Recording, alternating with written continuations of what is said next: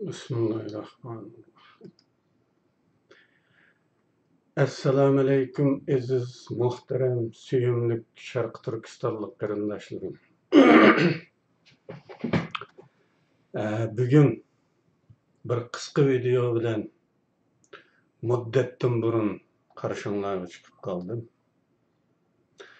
Aslida aldığım videoga bir üzü koyuş niyetim vardı.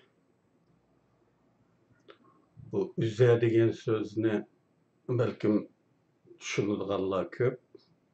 Çünkü yakından beri Facebook'larda imladan nasihat qiladiganlar, ana tilini qo'g'daydigan qo'g'dug'uchilar xil ko'payib qolgan qaragan vaqtida Uyg'ur tilini obdan biladigan kishilarimiz xil ko'p deb his qildim. Şunu bu üze deganni tushunadi. Yani aldığım videoni atiq hisoblaganda bu uning ustiga qo'yiladigan üzeti. Lekin bu üzünü qo'yib turdim hozircha.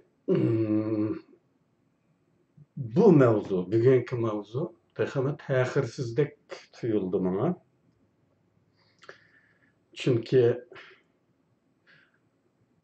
qulog'imga chelingan ba'zi anlatışlar, inkaslar, ma'lumotlar biraz endişemni qo'zg'ab qo'ydi. Şuna aldığım videoga qo'yadigan üzünü qaldırıp turib, bugungi temini aldığı sürüp sözleşni qarar qildim. Ko'rib turganinglardek mavzumuz bugungi tema bir sınaq, bir hikmet. Endi bu sınaq qaysi?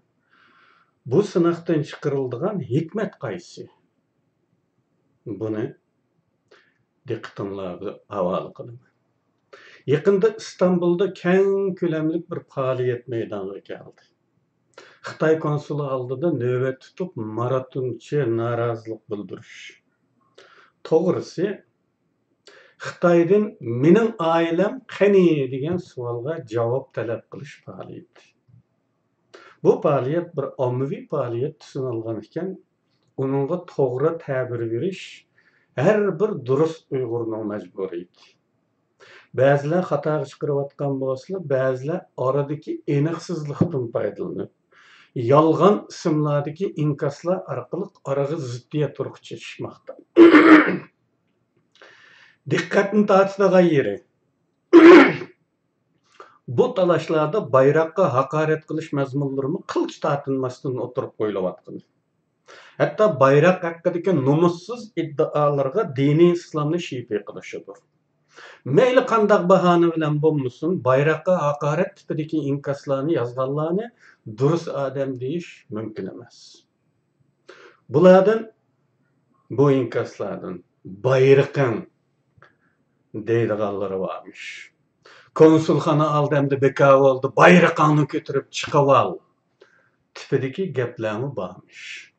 Bular albatta kechirilmas munofiqlikdir. Aldı bilan bu faoliyatga bir to'g'ri ta'bir berishga tirishsak, ondan to'g'ri sharhlandi qarindoshlar. Onda uningdan bir hikmatni, bir saboqni, bir aqlni xulosalab chiqa olamiz. Menimcha bu faoliyatni bir sınaq deb ataylik. Sınaq.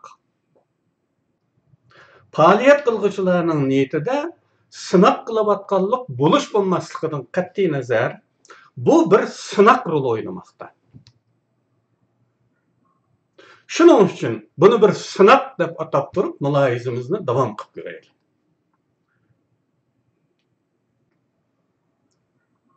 Qarindoshlarga ma'lumlik. Chet ellardagi da'vo harakatlarimizda, da'vo ideologiyamizda o'tmishdan davom qilib kelayotgan asosli ikki turdagi qarash mavjud. Biri uzil kesil mustaqillik, yana biri yumshoq ketish, ya'ni tadrijiy mustaqillik.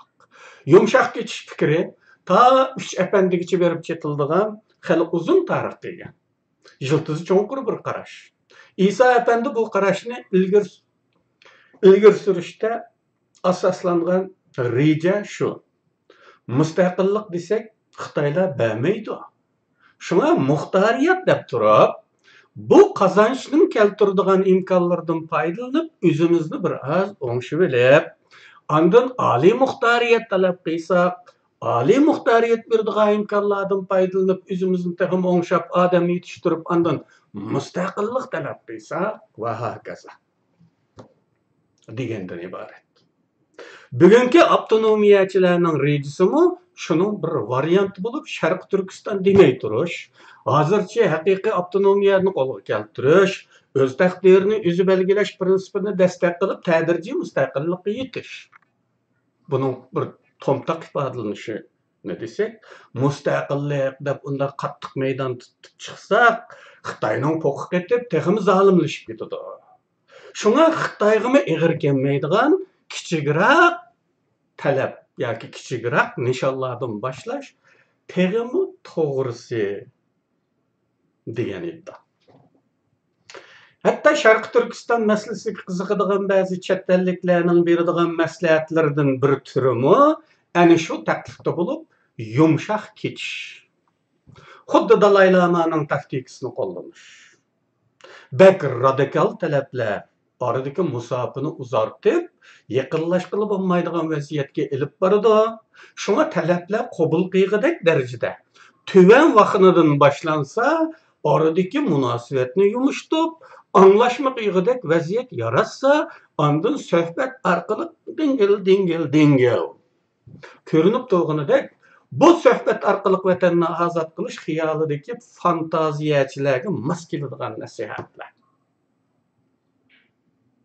Endi nima uchun İstanbul'daki faoliyatni bir sınaq deganligimizga kelsak, bu Xitoylar uchun bir sınaq.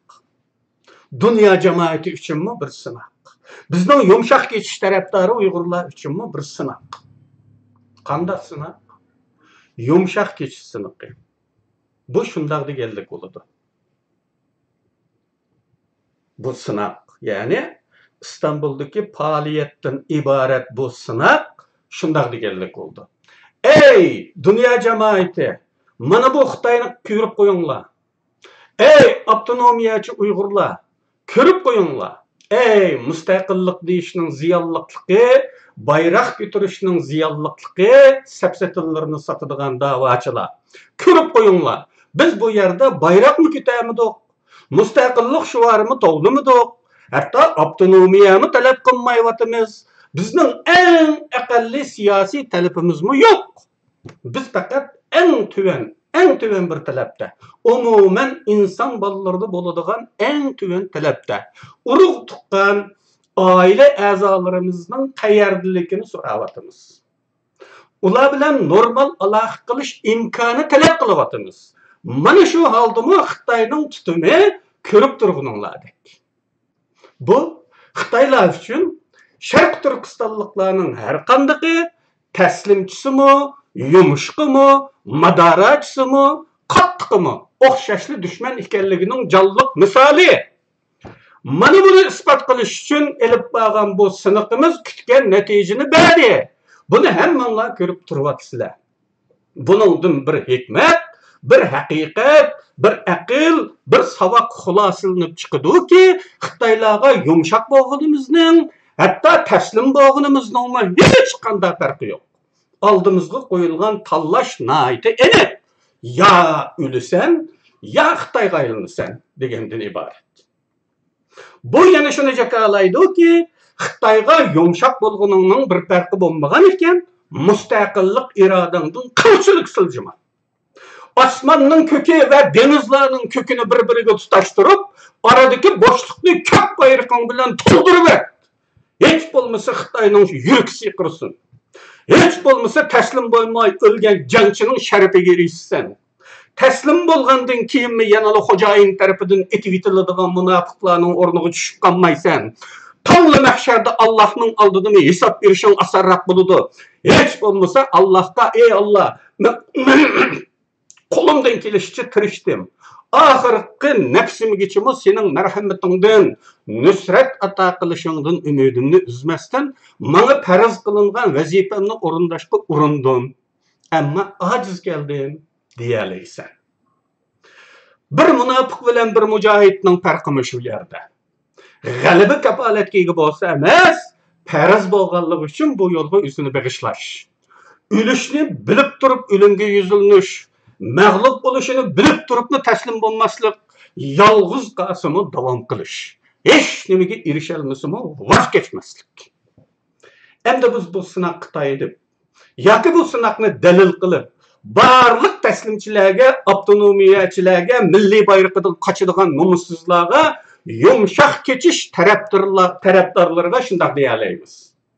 Xitaylarning ahvolini ko'rgansan, yumshoq bo'lganga, bayroq ko'tarmaganga eğilib ketamdikan, bu mening puhrasimkan-ku deb aqalli bir puhraga bir hukumatning qiladigan muomalasini qilamdikan, ko'rgansan, Xitoyning niyatini qilchimi yo'l qo'ymaslik. Mushularni ko'rib turibmi? Bu sınaqning natijasi mana men deb tursinmi? Haqni ko'rmay yana bayroqdan qochishni davom qilamsan? Mustaqillikni yana chekdan oshgan talab deb qaramsan? Yana Xitoy bilan kelishib birga yashag'ili bo'ladi deb qaramsan? Mana bu bir sınaqdan kelib chiqqan bir hikmat, qarindoshlar. Hammanglarga Allah'ın güzel salamları olsun. İşinlarga bereket, muvaffaqiyat atar qilsin. Xayr xo'sh.